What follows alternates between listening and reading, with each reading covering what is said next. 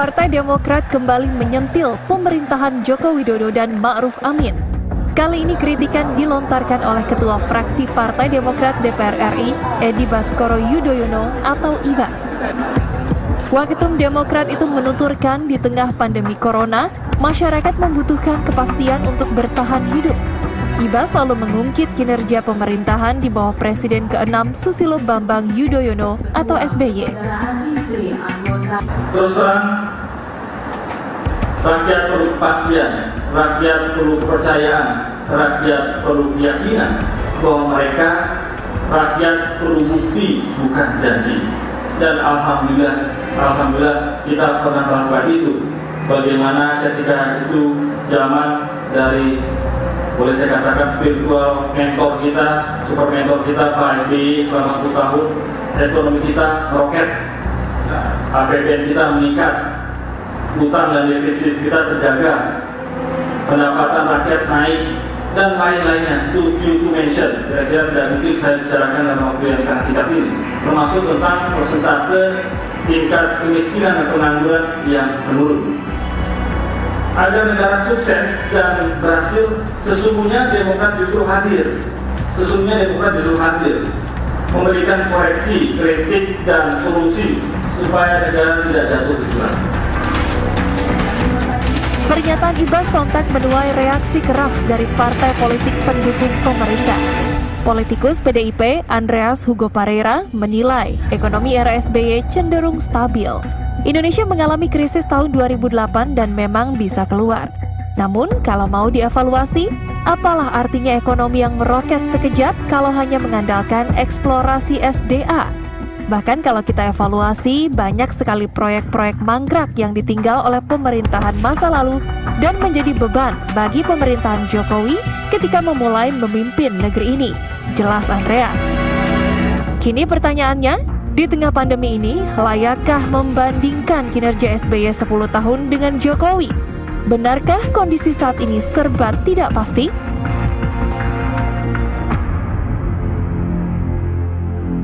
Sebenarnya saya percaya kalau kritik itu baik jika tidak menyinggung. Pertanyaannya, kritik yang disampaikan Waketum, PDIP, atau juga Bang Andreas Parreira yang sudah muncul suaranya ke publik, tersinggung tidak ketika dibandingkan di 10 tahun Pak SBY dengan kondisi saat ini Pak Jokowi, tapi ada pandemi corona. Itu yang akan saya bahas malam hari ini, pasti sangat menarik.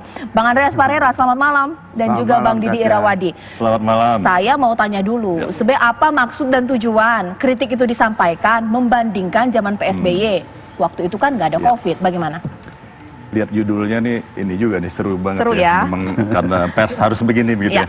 Jadi hemat saya ini bukan bermaksud membanding-bandingkan, menyerang pun nggak ada. Coba kalau kita simak dengan teliti, dengan baik, tidak ada serangan sedikit pun. Ya. Tetapi harus kita, kalau kritik kan boleh dong. Sudah dikatakan kritik itu berarti kita cinta pada pemerintah, cinta pada negara Indonesia, cinta pada rakyat yang sedang mengalami masa sulit pandemi ini.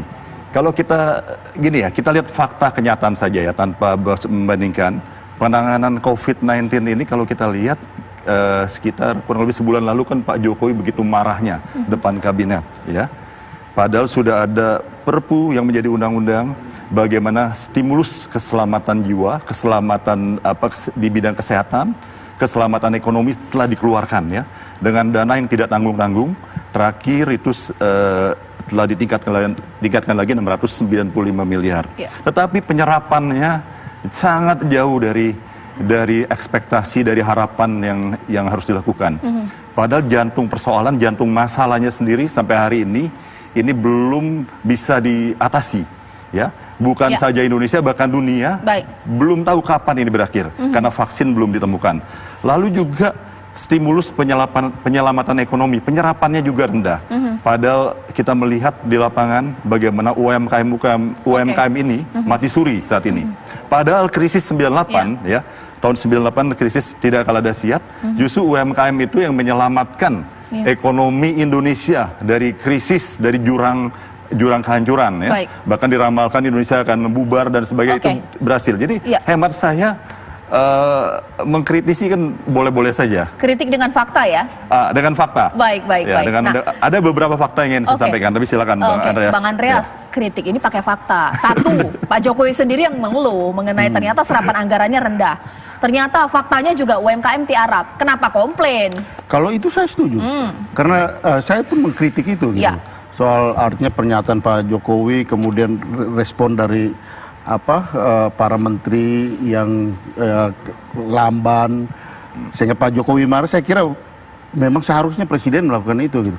Nah, kan konteksnya apa yang tadi Mas Ibas sampaikan, saya kira ya pertama ini pernyataan politik gitu ya.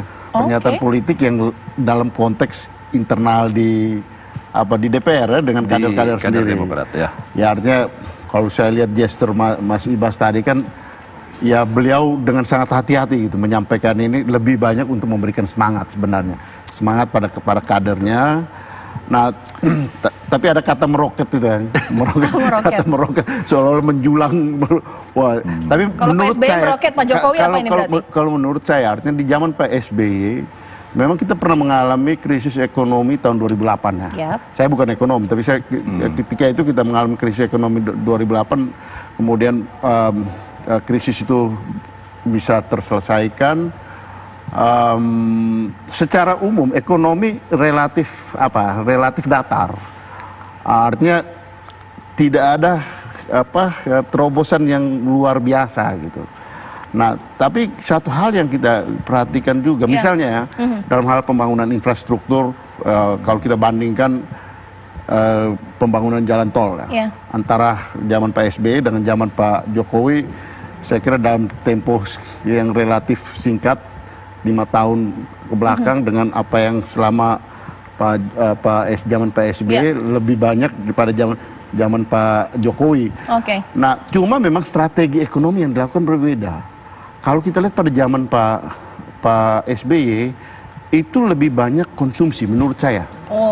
Ekonomi konsumtif dengan mengandalkan pada bagaimana apa yang saya sebut tadi, eksploitasi sumber daya alam. Jadi memang kita menggunakan sumber daya alam kita untuk konsumsi. Sementara kalau kita lihat dari bagaimana strategi pembangunan Pak Jokowi, ini lebih mengarah pada bagaimana meningkatkan produktivitas. Apa yang Pak Jokowi sampaikan, bagaimana kita bersaing di era globalisasi ini. Saya sudah nangkap. Sebentar lu Bang Didi. Ini saling mengkritik bahwa ternyata dari era SBY mengkritik era Jokowi mengkritik era SBY. Sekarang saya minta penengah di sini, Bang Burhan. Tapi kalau melihatnya ini sindiran politik, kritik politik yang secara politis kata Bang Andreas. Tapi kalau memaknainya memang layak tidak dipertimbangkan dua era kepemimpinan pastinya di zaman yang berbeda. Bagaimana? Saya ingin memberi konteks mengapa Mas Ibas atau elit Partai Demokrat perlu merujuk pada pengalaman Pak SBY. Jadi Partai Demokrat itu partai yang istilah David Samuel disebut dengan istilah presidentialized political party. Partai yang tidak bisa dipisahkan dari Pak SBY. Jadi ini partai dengan veto player Pak SBY. Besar zaman Pak SBY, ketika Pak SBY tidak bisa maju lagi, di 2014 suara Partai Demokrat turun. Tentu saja ada kasus lain, misalnya yang melibatkan elit Partai Demokrat terkait dengan kasus Nazarudin. Tapi poin saya, mengapa selalu penting untuk merujuk pada pengalaman 10 tahun zaman SBY? Karena memang Partai Demokrat nggak bisa dipisahkan dari SBY. Nah, masalahnya adalah apakah kritikan tadi punya potensi ditafsirkan secara politik? Tentu saja, apalagi disampaikan oleh Mas Ibas, putra Pak SBY, yang kedua adalah wakil ketua umum. Nah, kemudian kalau kita cek, audiennya memang internal. Tapi ketika di-tweet oleh Mas Ibas di official account-nya di Twitter, itu tentu punya makna lain. Apalagi ada kata meroket ya. Ini meroket ini kan istilah notorious yang dilekatkan ke Pak Jokowi. Karena Pak Jokowi sendiri yang pernah mengklaim.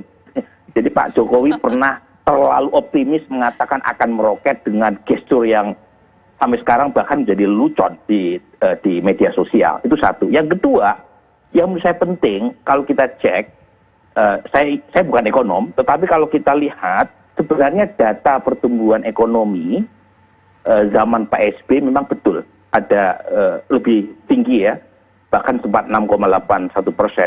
Tetapi setahun sebelum beliau memberikan tongkat estafet kepada Pak Jokowi sebagai pemenang pemilu 2014, trennya udah turun. pernah di 2013 pertumbuhan ekonomi cuma 5,56%. Bahkan di 2014, di mana 10 bulan itu dipegang Pak SBY, karena Pak Jokowi kan dilantik 20 Oktober 2014, itu cuma 5,02%. Apa poin saya? Memang menjelang Pak SBY digantikan Pak Jokowi, tren dunia itu sedang turun. Jadi, dan itu ya kemudian diterima oleh Pak Jokowi ya, meskipun kemudian ada sedikit kenaikan, tapi overall semuanya kena imbasnya di masa pandemik. Nah, kalau dibandingkan dengan krisis 2008, menurut saya nggak apple to apple. 2008 itu yang terkena itu adalah sektor finansial. Zaman Pak Jokowi sekarang, karena pandemik dan bukan hanya Indonesia, itu merata, bahkan UMKM pun tadi Mas Didi menyampaikan, itu kena. Jadi memang sekarang pada posisi yang sulit dan tidak bisa dibandingkan seluruhnya, meskipun beberapa poin Mas Ibas betul itu. Soal utang, zaman Pak SBY itu berkurang drastis, sekarang meningkat.